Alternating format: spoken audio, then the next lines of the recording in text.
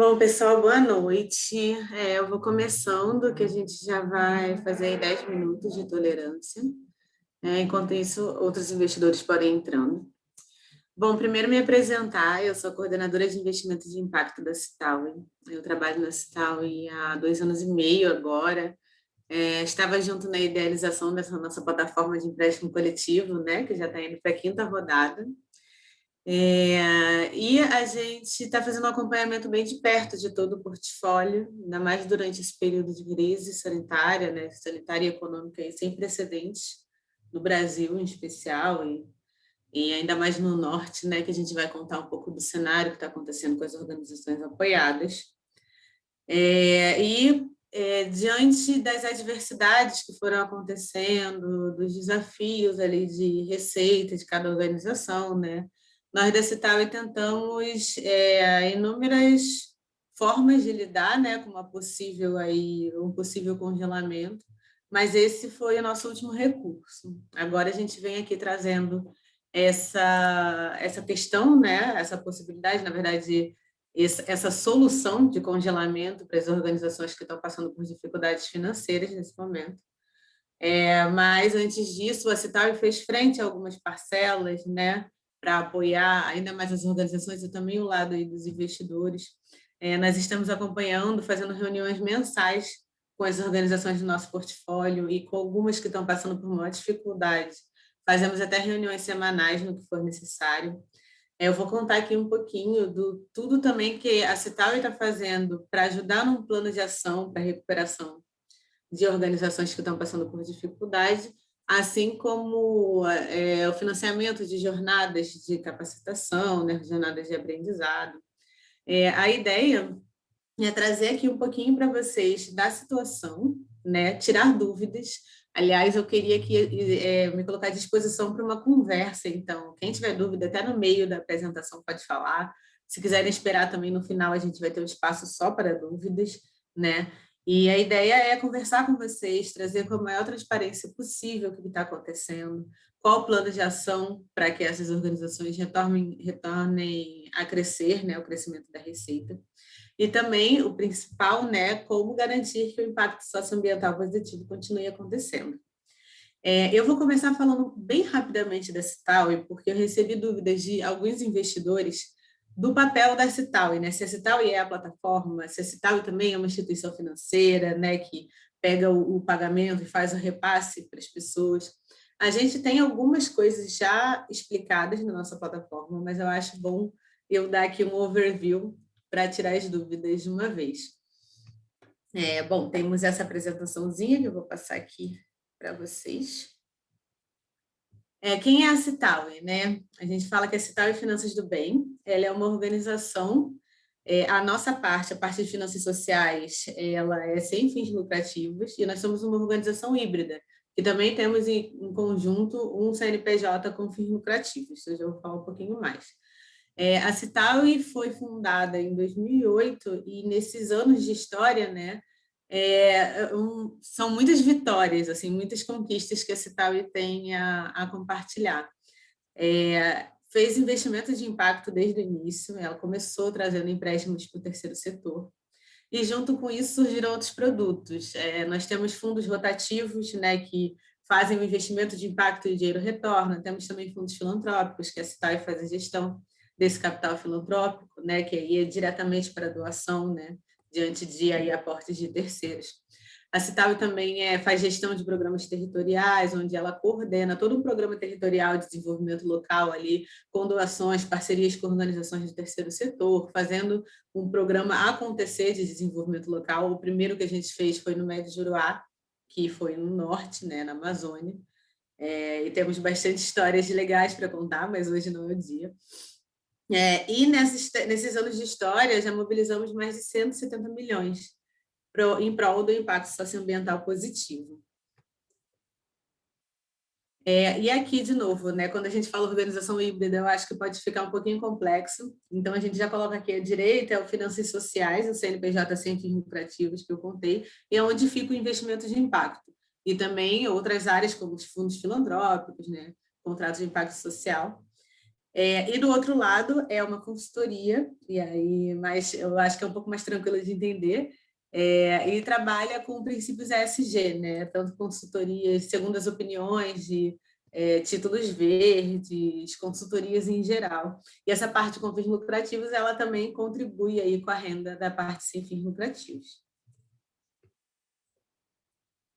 E aí, nesses anos, o que é de novo? O que existe de novo, né? Desde que existe a plataforma em 2019? A Citaui sempre fez, a área de investimentos de impacto sempre realizou investimentos de impacto por fundos próprios. E aí, para vocês terem uma ideia de escala, eram fundos que totalizavam cerca de 2 milhões de reais e fazíamos empréstimos e alguns outros instrumentos financeiros com tickets médios de 200 e 300 mil. Então, ao longo de todos esses anos, desses 12 anos, a Cital desenvolveu uma expertise de análise de impacto, de acompanhamento de impacto e de análise de organizações, né? Porque as organizações de impacto socioambiental positivo, elas têm características bem diferentes de organizações comuns do mercado. E aí o passo da plataforma ele foi importante em 2019 porque a gente entendeu que dava para chamar investidores, pessoas físicas, para investir junto com a gente, uma vez que a Cital tem essa expertise de análise, mas junto com isso surgiram uma série de desafios, né? Desafios de fazer uma área para comportar essa demanda do varejo, né, de vocês, de investidores. A gente teve que desenvolver também uma área de marketing aqui dentro do investimento de impacto, né? Escala a equipe, com certeza. Agora a gente consegue mobilizar mais de 10 milhões por ano, enquanto inicialmente a gente ficava preso um pouco na disponibilidade do fundo. E a parte boa também é que existe muito capital que a gente percebe que está disponível para investir em impacto. Então, cada vez que a gente está lançando uma rodada, os resultados são cada vez mais positivos. Uma fechou em um dia, outra fechou em uma hora, outra em 40 minutos. Então, a gente está percebendo essa demanda de vocês. Estamos trabalhando para trazer sempre organizações aí no pipeline para serem investidas na plataforma, mas sempre aí com a atenção da qualidade. E, uma vez que elas estão sendo investidas na nossa plataforma, a gente começa em um acompanhamento de organizações que cada vez está mais crescente, né? O que antes a gente tinha de portfólio ativo 5, 6 organizações, agora a gente tem 20 organizações no nosso portfólio ativo. E, para isso, eu vou contar um pouco para vocês que a gente resolveu reestruturar a área de investimento de impacto, até para fazer frente a essas questões da pandemia, né? Esses desafios da pandemia para os nossos empreendedores. E aí, o que acontece? Né? A gente está com esse novo segmento aí dentro da Cital, e a gente brinca que é uma startup dentro da própria organização. E foi criada essa área, nova área de IPA, no qual eu estou coordenando nesse momento, que é a Inteligência de Portfólio Advisory. Essa área, ela foi realmente criada para dar total atenção no acompanhamento, na necessidade de capacitação dessas organizações, necessidade também de renegociações, como está acontecendo agora, né? E reporte também dos dados para vocês, investidores. Desde o início da pandemia, a gente teve questões ali no nosso portfólio, e a Cital fez frente a essas parcelas, como vocês receberam algumas comunicações. O que acontece agora são duas coisas muito importantes, né? A pandemia se alastrou num tempo bem maior do que todo mundo poderia imaginar. E a segunda coisa é que, em especial para o norte, a segunda onda da pandemia ela foi muito mais forte que a primeira. Então, enquanto a gente tentava entender o que estava acontecendo com esses empreendimentos, né? Falar com o empreendedor, dar apoio, foi muito complicado, porque enquanto a gente queria falar de negócios, muitos deles estavam perdendo entes queridos, perdendo familiares, amigos, né? Um deles, que a gente vai falar um pouco, que é da Prática Engenharia, e eles fornecem painéis solares para quilombolas, né? Eles perderam mais de 10 pessoas da família ali nos quilombolas, por perto. Então, a gente também tomou muito cuidado de prestar o apoio, a solidariedade necessária, ao mesmo tempo tentar entender o que estava acontecendo com o negócio deles, para continuar dando apoio, para fazer um plano de ação a 4 mãos e para a gente prever aí uma forma dessas organizações saírem desse cenário de desafio. A Cital também financiou uma jornada de aprendizagem junto com um parceiro que veio do Porto Social, não sei se vocês conhecem o Porto Social, uma incubadora de impacto, e já incubou mais de 300 organizações até hoje. Então, a gente não só viu que precisava congelar, montou o plano de ação em conjunto, a gente financiou essa jornada de aprendizagem, tudo para que os dois lados aqui sejam contemplados, tanto o lado do empreendedor, com o negócio dele melhorando, quanto o lado do investidor. Porque mesmo com esse prognóstico aí de congelamento, a gente quer deixar congelado o mínimo de tempo possível, né, para todos vocês. E aí, gente, a gente tem bastante organizações para comentar, né? Eu vou falar, a ideia é trazer o cenário no momento do investimento dessas organizações, o que aconteceu na pandemia e como é que está agora, aí nessa retomada, um pouco misturado com o plano de ação. O plano de ação, eu falo, foi feito a quatro mãos, né? Foi validado por nós da Cital, mas ele tem que ser feito pelo empreendedor. Então, o que a gente fez foi direcionar, fazer as perguntas corretas, mostrar o que eles precisavam responder, assim, ó, precisa responder uma recuperação de receita. Como é que você vai fazer isso? E aí, junto com eles, a gente pensava aí o que era o plano possível. Bom, vamos lá, vou começar pela Status 4. A Status 4 é uma empresa de tecnologia, né? É um pouco complexa de falar sobre, de explicar, então eu vou tentar usar aqui a linguagem mais acessível possível. Quando a gente investiu na Status 4, na plataforma, né, eles tinham dois produtos, que eram um sensor móvel e um sensor fixo. O sensor móvel, se vocês estão lembrados, ele era um dispositivo que você leva na mão e ele consegue perceber através de telemetria, não, através de audiometria, desculpa, é como se fosse um ouvido biônico, se existiam vazamentos em canos de distribuidoras de águas potáveis, né, que são distribuídos para os cidadãos. Esse sensor veio com uma proposta de uma acurácia maior do que a tecnologia existente, que é um geofonista andando com um aparelho, e aí, de acordo com o ouvido dele treinado, ele percebe se tem um problema ali ou se não tem. E o sensor veio para trazer essa solução.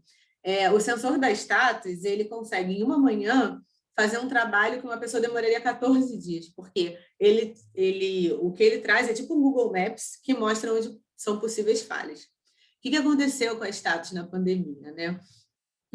A Status ela foi fundada em 2018, ela foi investida em 2019, mas ela já chegou com o produto pronto, já em versões pilotos, sendo alugadas, né? O sensor ele é alugado, e a empresa, as distribuidoras já pagam um aluguel para a Status 4.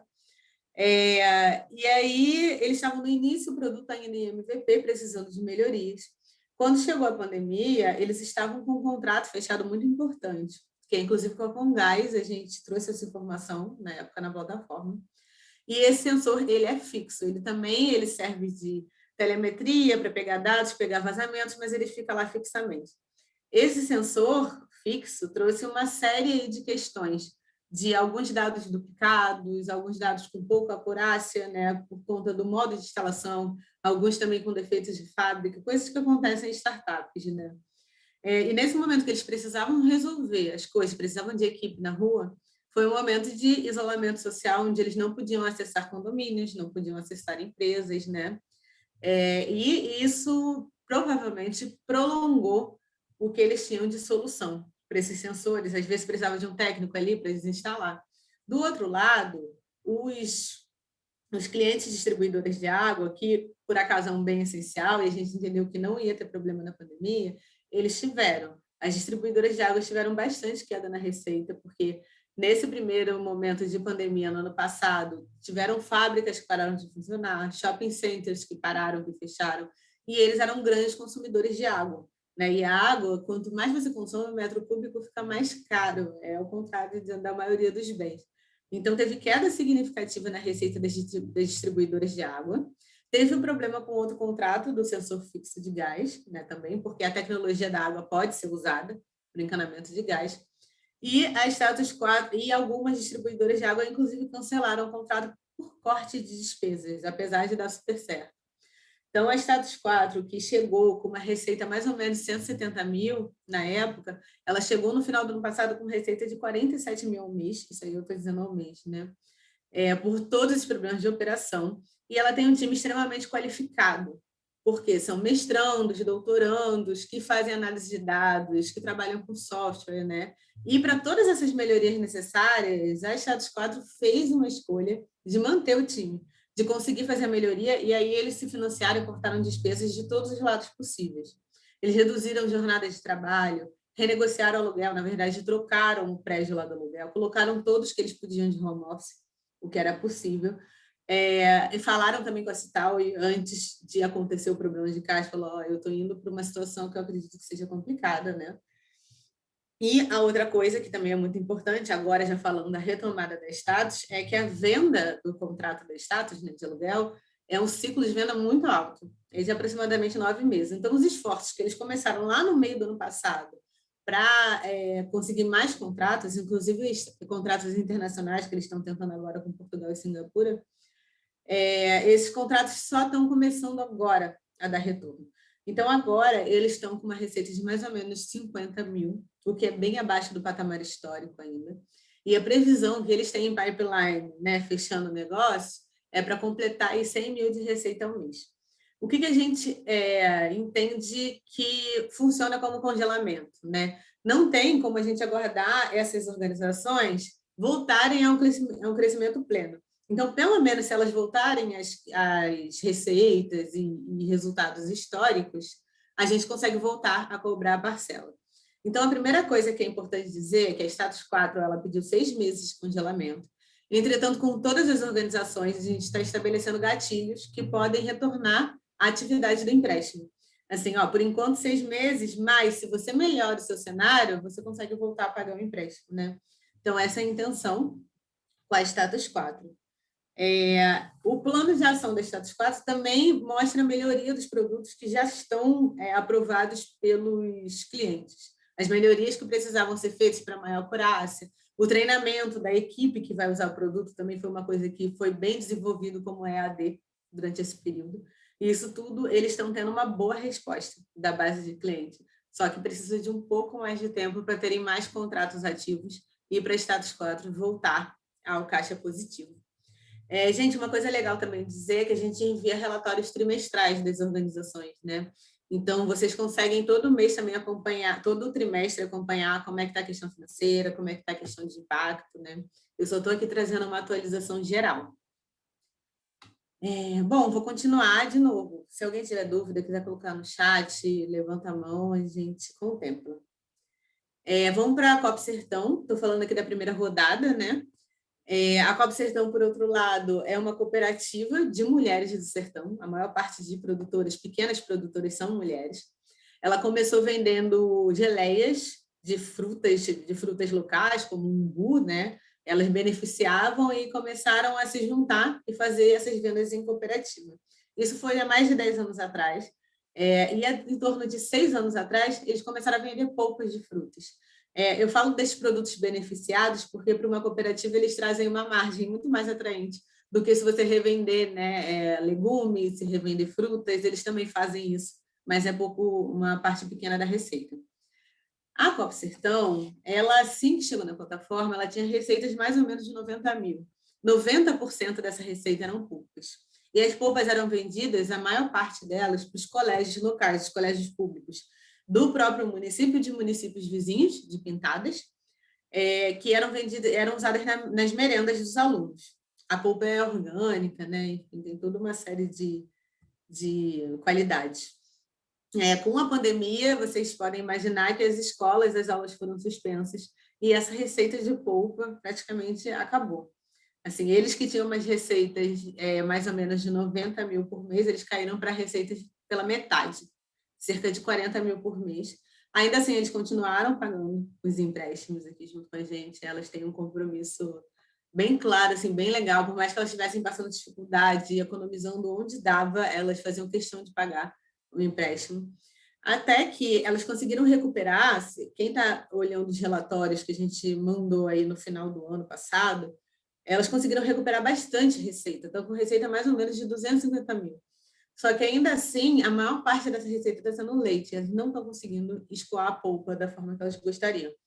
E na venda do leite, né, tem toda uma questão ali do manejo do leite, né, para cuidar da validade desse leite, manter ele refrigerado, e a margem é muito pequena, é apenas de 2%. Então, não é com que elas realmente gostam de trabalhar. E, por outro lado, esse empréstimo também foi dado porque a polpa vendida pela Copa Sertão é de 1 quilo e elas estavam implementando a venda de 100 gramas, que tem uma entrada muito maior em mercados, que são as compras que as pessoas fazem individuais, né? A polpa de 1 quilo é mais para restaurantes, para escolas, tudo que teve queda de receita. E, de novo, para dar uma ideia, né? Essa receita de polpa, que era quase 90 mil, agora está como 4, 5 mil ao mês. O que eles têm de plano de ação agora, né? A Copa Sertão recebeu um recurso de um edital do governo pela Aliança Produtiva. E aí esse recurso é de 3 milhões de reais, que devem ser gastos até o final desse ano, para investimentos na fábrica delas de polpa. O que elas querem com esses investimentos? Dobrar a câmara fria, que elas têm agora 27 toneladas de ali disponível, um espaço para 27 toneladas, querem ir para 52 toneladas. É um pouco menos do que dobrar, né?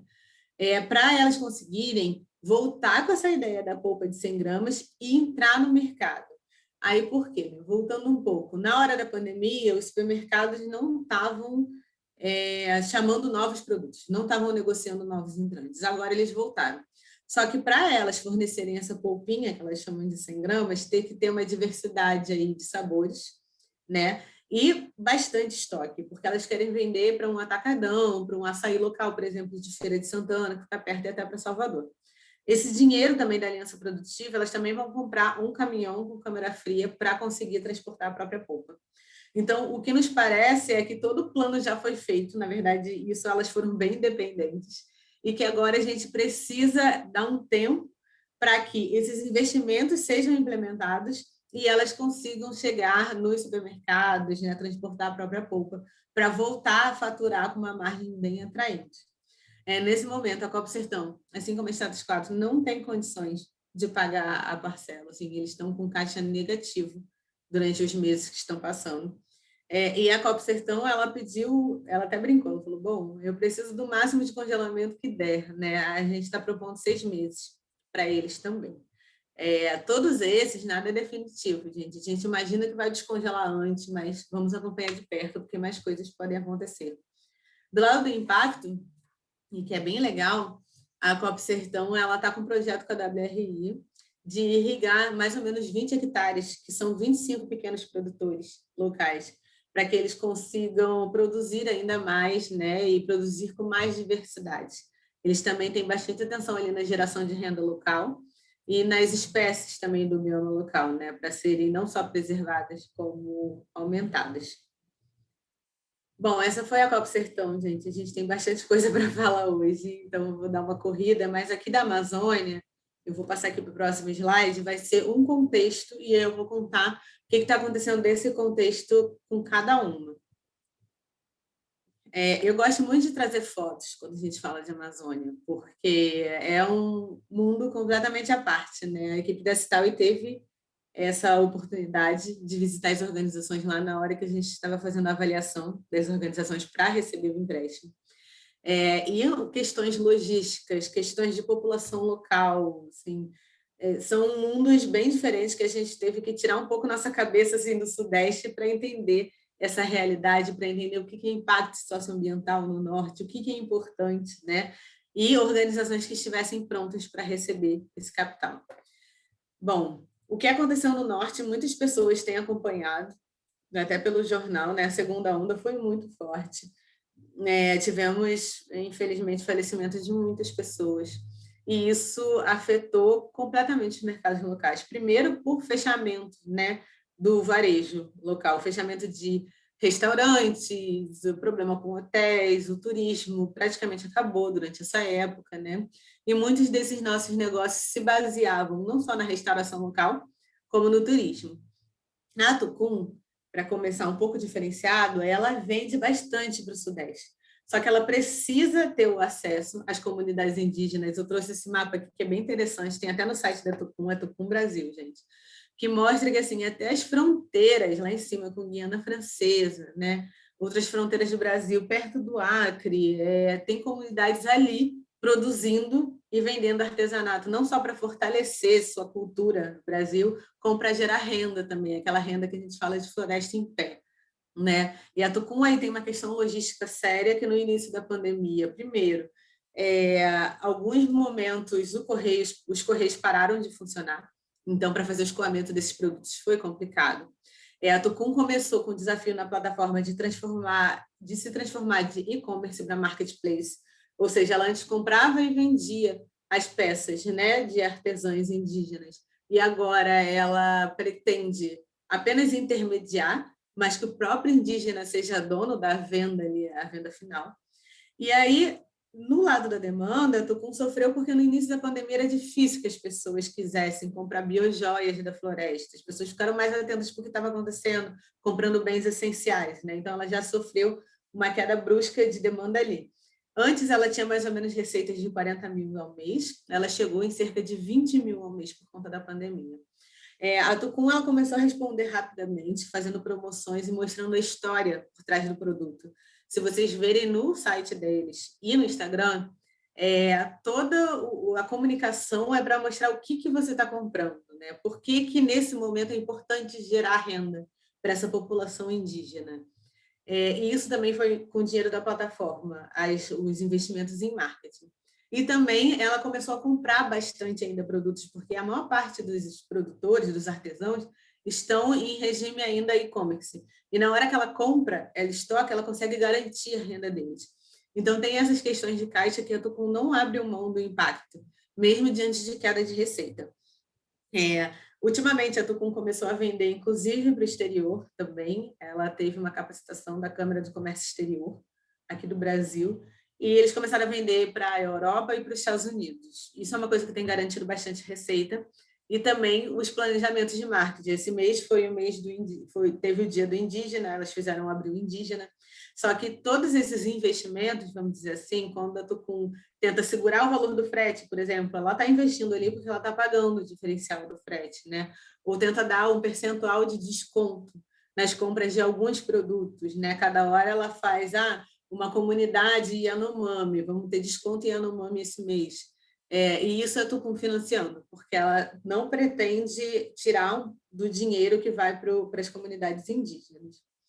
Então, nesse momento, eles estão em retomada de receita, já chegaram a receitas de mais ou menos de 50 mil. E outra coisa que é importante falar da Tucum é que ela fornecia capacitações locais, inclusive a capacitação é muito importante para o artesão se empoderar daquela venda, né? E saber de precificação, saber de negociação, saber de estoque. Então, eles sempre fazem uma capacitação antes do marketplace. E isso tudo foi represado no momento de pandemia. O que a Tucum fez foi um conteúdo EAD, que deu certo, porque eles fizeram um conteúdo possível de se ver offline. Só que, quando elas iam alcançar cerca de 40 aldeias indígenas, elas conseguiram alcançar 6 no passado. Por quê? Para se reestruturar, fazer esse EAD muito bem, né? E conseguir, do outro lado, fazer campanhas de marketing para escoamento de produto. Está em franca recuperação, a gente consegue ver, mas ainda assim, as projeções atualmente de tanto capital de giro que foi queimado é que a Tucum acabe esse ano no negativo, a não ser que ela cresça ainda mais a receita, que a gente acredita que vai acontecer. A Tucum também pediu congelamento de 6 meses. Por enquanto, a gente acha razoável. Pode ser que com o aumento de receita isso aconteça antes. O descongelamento, né? Vamos dizer assim. Bom, para a Oca, também com a questão do norte nessa pandemia, o lockdown foi bem forte em Belém, a Oca fica ali nos arredores de Belém, e a Oca vendia sucos regionais que têm uma validade bem pequena, de até 30 dias. Esses sucos eram vendidos basicamente para restaurantes e bares locais. No momento que restaurantes e bares locais fecharam, a Oca se viu tendo que rever seu produto, rever o prazo de validade, porque quando você leva esse produto para um supermercado, você precisa que ele tenha mais tempo de prateleira, né? E conseguir novos parceiros comerciais. A Oca começou a fazer isso no início da pandemia, assim como a Copo Sertão, ela deu um pouco de cara na porta do supermercado, que não queria negociar novos produtos naquele momento. E eles começaram a vender, inclusive, através do iFood, em venda casada junto com refeição. Para fazer frente a toda essa crise, né, a Oca contratou algumas pessoas comerciais sendo comissionadas às vendas, só que tiveram um problema societário muito sério, o sócio principal da Oca saiu por desvio de recursos. Enquanto isso, a Citaui está tentando dar todo o apoio necessário. E nesse desvio de recursos, teve um problema ainda maior de capital de giro. Do outro lado, a Oca conseguiu fazer o dever de casa do impacto. Essas fotos aqui do meio são do viveiro, que era necessário, que, aliás, foi para o que eles pediram investimento, é um viveiro na cooperativa local, e esse viveiro é com garrafas PET da Oca, e eles são feitos em sistemas agroflorestais, um sistema que imita a floresta, mas que também tem produção do fruto necessário. Ali é uma capacitação que os produtores locais estão recebendo. Né? O que a Oca fez agora, do plano de ação, que é bem importante, é chamar uma vendedora comissionada que está acostumada com venda de produtos perecíveis. É uma mulher que tem uma experiência com venda de saladas, que perece em 3 dias, então ela veio com esse desafio. Em 15 dias, ela já conseguiu um acréscimo de renda para a Oca de R$ 1.500. A Oca entrou com 6 mil de receita na plataforma, e na época da pandemia, né, dos maiores desafios, ela foi para 2 mil de receita, e agora ela está cerca de 12 mil de receita e caixa negativo também, durante esses meses. Agora, com essa nova vendedora comissionada e outros 2 também que eles chamaram, e o lockdown sendo flexibilizado em Belém, os bares estão podendo abrir até 6 da tarde. E agora, e restaurantes também, né? E agora é provável que semana que vem vá até 10 da noite. A gente entende que a Oca vai começar a recuperar. Foi uma das que mais sofreu, a princípio, eles entendiam até que não conseguiriam sobreviver, mas com o capital de giro também vindo de vocês, da plataforma, que foi um empréstimo, foi muito importante. E o apoio aqui da Citaui, eles estão conseguindo passar por essa questão, fazendo nossa jornada de conhecimento também, que foi financiada, e com aparente retomada. A Oca pediu até 1 ano de congelamento. Do nosso lado, a gente tende a perceber que essa recuperação pode ser maior do que eles esperam, os próprios sócios estão mais conservadores até o final do ano. E que se eles voltarem, se eles conseguirem um patamar de cerca de 20, 30 mil de receita, eles já conseguem voltar a pagar o empréstimo. Bom, continuando, gente, vamos falar da Nacal. Nacal também, em contexto amazônico, ela trabalha com famílias ribeirinhas do Rio Madeira, né, com mais ou menos 150 famílias. A Nacal, ela fez, antes da pandemia, né, foi no início do ano passado, cerca de janeiro, fevereiro, eles fizeram investimentos bem relevantes em maquinário. A produção da Nacal, ela deveria estar passando agora de 4 para 8, 10 toneladas. Né? Eles estavam para fechar um contrato com uma empresa de chocolate brasileira bem grande, então eles iam dar um salto aí de operações. A receita possível da Nacal, diante desses investimentos, é de mais de R$100 mil. E a Nacal, ela passou por esses desafios que, antes da pandemia, ela estava com R$26 mil de receita mensal, em crescimento. Na pandemia, nos piores dias, eles chegaram a 6 mil de receita por mês. E agora estão voltando mais ou menos a 40 mil, ainda assim, nem metade da sua capacidade produtiva. Parte do empréstimo, a Nacal usou também para financiar capacitações para os produtores, né? Capacitações de produção agroecológica de cacau, de geração de renda também para essas famílias, né? Até porque eles pagam mais de 2 vezes o que um atravessador pagaria comprando cacau. E também financiando selos orgânicos, porque o chocolate da Nacal é orgânico e precisa dessa certificação do lado dos produtores. O que acontece agora com esse plano de ação e o que traz aí a previsão de melhora de receita é que nessas capacitações e nisso que a equipe toda da Nacal, eles foram para o interior para apoiar de perto esse pequeno produtor no meio dos desafios da pandemia, eles conheceram algumas organizações do terceiro setor que têm contato com fundos do governo japonês, o que fazem alguns investimentos de impacto a fundo perdido, na verdade eles fazem doações, diante aí de editais que pedem programas de impacto socioambiental positivo.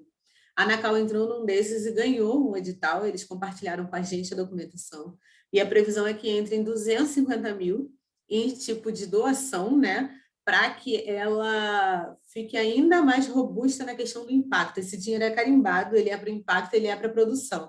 Só que na hora que a Anacal tem essa produção paga, essa capacitação paga, na verdade, ela consegue que o dinheiro sobre também para o lado da produção, que ela precisa pagar dos custos mensais, e das safras de cacau, que são as necessidades de capital de giro.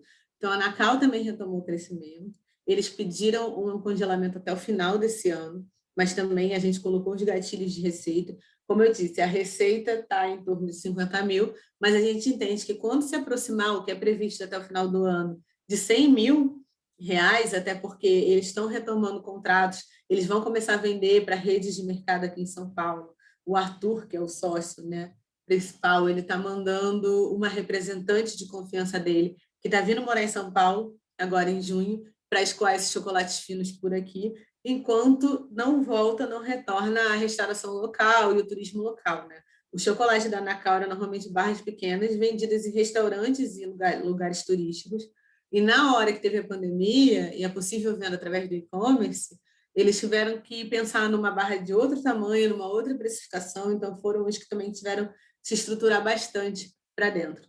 Em breve vocês vão conseguir comprar, quem for de São Paulo, né, vai conseguir comprar em algumas redes como o São Marché e o Pão de Açúcar, o chocolate Nacal, que é esse aqui que está sendo mostrado, e ele vem, inclusive, com um mapa de impacto, né? Eles investiram bastante na comunicação lá no início, né, antes da pandemia, e vocês conseguem ver as famílias, o rio e quem ali está produzindo o seu cacau. E agora, gente, vou falar da prática. Eu coloquei um slide aqui só para a prática, porque é o caso, com certeza, mais complexo que a gente tem na carteira nesse momento. A prática ela fornece painel solar para comunidades quilombolas da Calha Norte. É ali de Oriximiná, como eu trouxe esse mapinha para cima. Oriximiná, para vocês terem uma ideia, é 14 horas de barco de Manaus. E ali em cima é já a Guiana Francesa, onde o Brasil tem fronteira. A prática vendia, ela chegou a vender 50 painéis solares por mês no ano passado, antes da pandemia. Cada painel solar tem mais ou menos um preço de 7 mil reais, um preço de venda, e o custo é mais ou menos metade disso. E a prática estava crescendo, estava tudo bem, até chegar a pandemia, eles sabiam que ia chegar, demorou um pouco para chegar nos quilombolas, foi provavelmente agosto, setembro do ano passado, e no local não tem unidade de saúde, né? Não tem hospital, então eles estavam bem receosos. E tem uma mineradora local que traz fluxos de pessoas. E, com certeza, esses fluxos de pessoas, uma hora, até pessoas vindo do exterior, ia acabar trazendo o Covid. Né? Assim que chegou o Covid, muitas pessoas pegaram, não teve isolamento local, até porque a questão cultural, social é muito forte, né? Eles são bastante isolados, então foi difícil esse tipo de educação. E as comunidades foram fechadas, os acessos das comunidades foram completamente fechados. Existe um IBAMA e uma associação de quilombolas no local, que agora ficam no Rio impedindo que são mais de 12 comunidades que essas pessoas acessem a cidade de Trombetas. E nesse momento, a prática se viu sem conseguir instalar mais nenhum painel no final do ano passado e sem conseguir acessar os pagamentos, porque a prática vende parcelado. E é importante dizer isso, por mais que ela receba 50% de entrada, ela parcela para conseguir dar acesso para essas pessoas ao painel solar. Né? As pessoas não têm nenhum acesso à energia e, quando usam motor a diesel, que é altamente poluente, ainda mais na região. O que aconteceu é que a prática ficou com as operações congeladas desde outubro do ano passado. Eles começaram a queimar o capital de giro que eles haviam guardado, e haviam guardado, inclusive, uma parte do empréstimo da plataforma, que foi mais de 300 mil. E eles se viram no momento que antes eles faturavam 150 mil, a receita deles caiu a zero, por não poder mais acessar as comunidades. O que a gente acredita? Que no momento que eles puderem acessar as comunidades, não necessariamente eles vão resgatar todo esse recebível. Muitas coisas aconteceram, muitas pessoas ali nas comunidades perderam seus empregos. Então, a gente estima que pelo menos vamos ter uma perda de 50% desse recebível.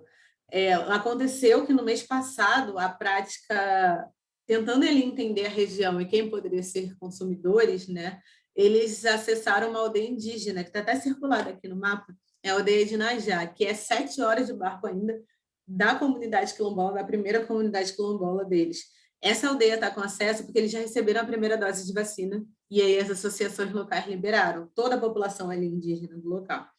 Então, eles acessaram, venderam um painel solar, mas já tem diversos pedidos de painéis solares lá, inclusive pedidos de compras de refrigeradores e tudo mais. Essa aldeia é bem isolada.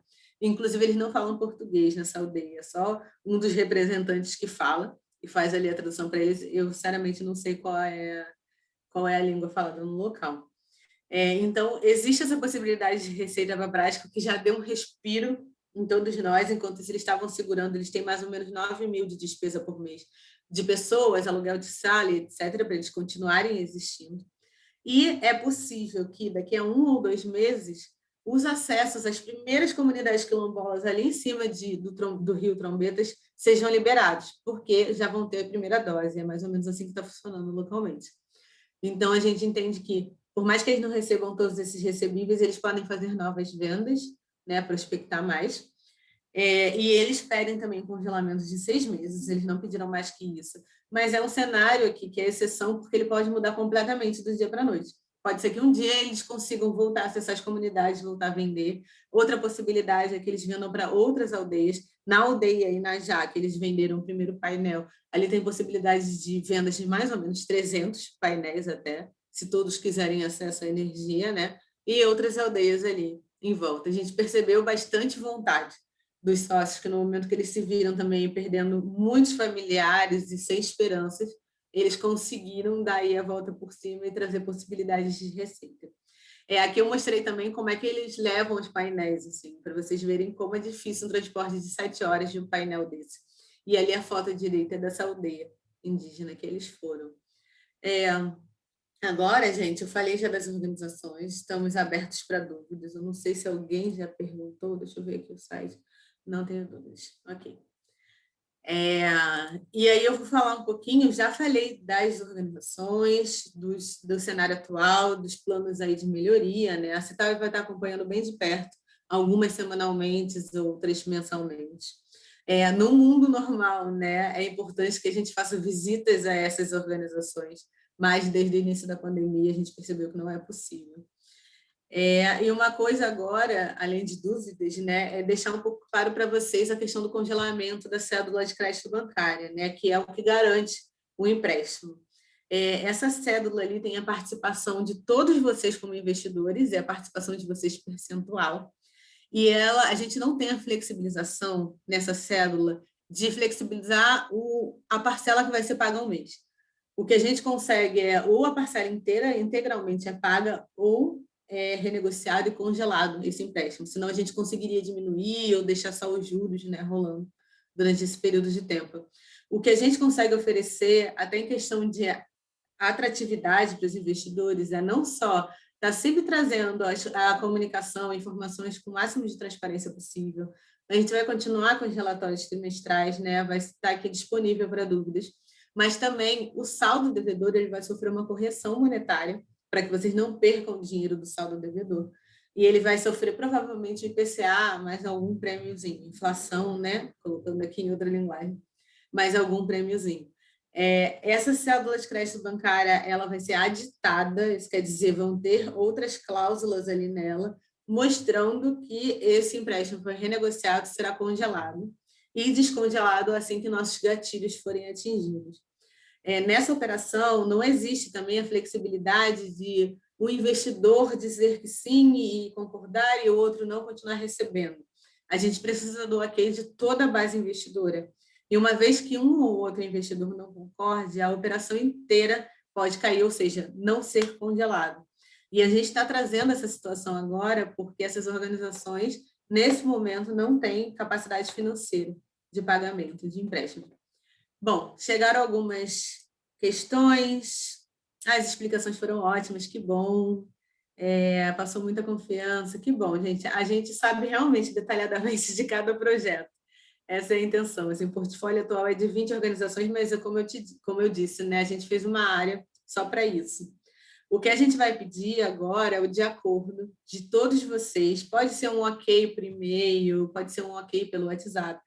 E na hora da formalização desse congelamento, a CapRate, que é a plataforma, ela é uma fintech, né? Não é essa tal.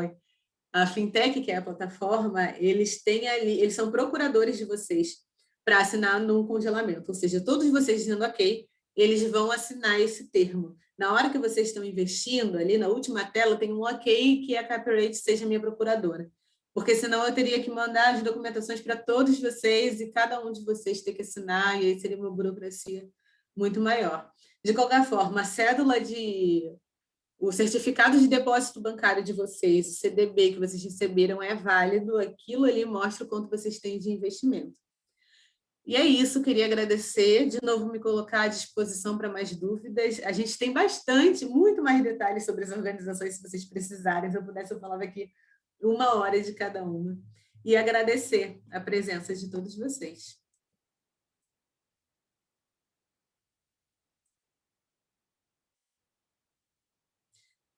Vocês também receberam, que bom, todo mundo contemplado, vocês receberam também um WhatsApp, um e-mail.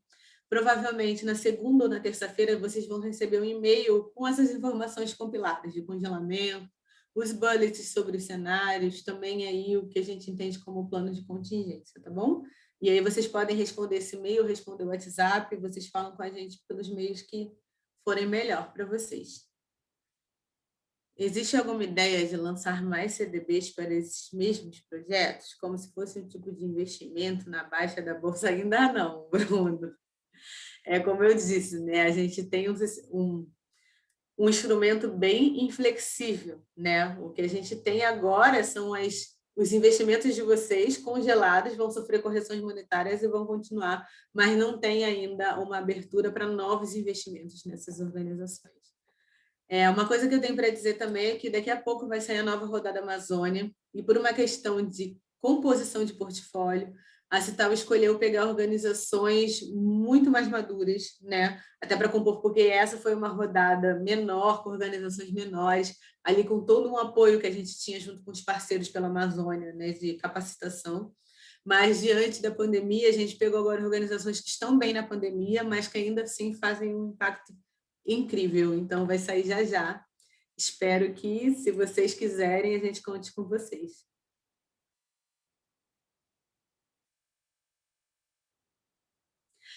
Importante também, essa gravação vai ser enviada para vocês.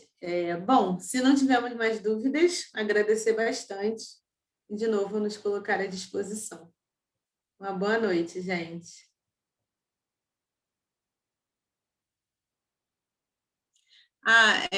Perguntaram se pode dar o ok por aqui. Não, é importante que vocês deem o ok ou pelo WhatsApp ou pelo e-mail, e nós estamos aqui mandando um lembrete para quem ainda não deu de acordo.